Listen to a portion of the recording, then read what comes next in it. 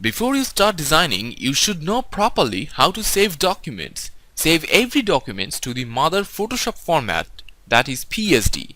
Although Photoshop EPS and Photoshop PDF are also counted as mother files. A mother file is a file which can be edited later. It's for the designers only, not for the viewers.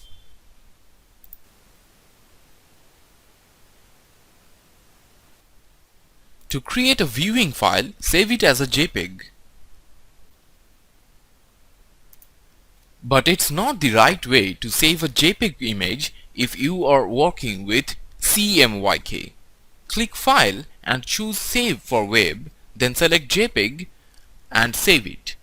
Photoshop will save it in RGB mode so that the colors you get after printing remain the same. But it's only for viewing.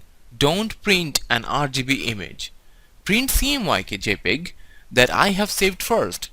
But if my computer opens the CMYK file, the colors will be changed. But if I print it, it will be like the RGB preview. See the difference between two JPEGs.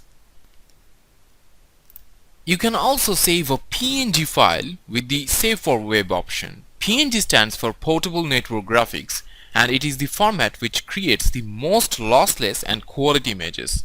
And most importantly, it supports transparent background. So let's make the background invisible and create a PNG.